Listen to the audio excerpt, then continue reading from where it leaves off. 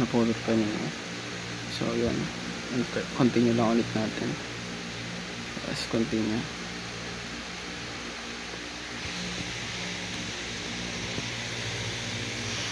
Let's continue lang ulit natin. Continue.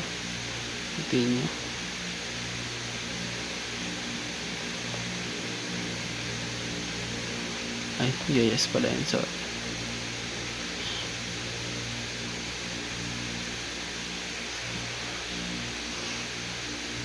yan, install na din siya.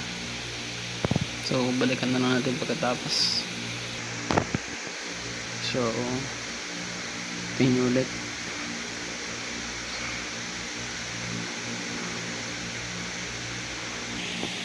So ayan, tapos na po mag-install ng software. Sunod naman natin dito is yan, click lang natin yes, and continue ulit. Tapos dito mga boss ay tumba po, hindi pipiliin natin, hindi yung device manually, tumba. So continue. So yan, nag-install na po siya ng grab bootloader.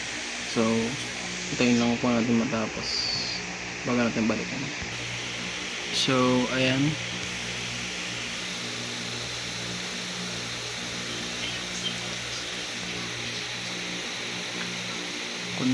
the installation is complete. So it is the time to reboot,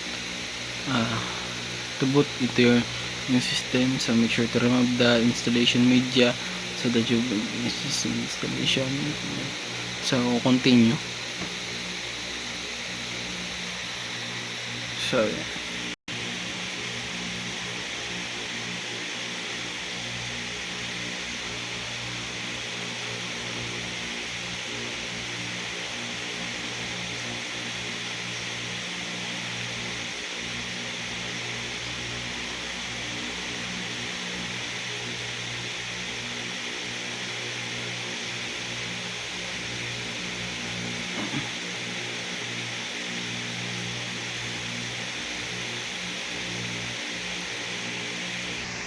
So ayan, maglalagay na po tayo. Balikan natin pagka nakatapos ako. So yun, nakapag-login na tayo. So hanggang dito na lang. And thank you for watching.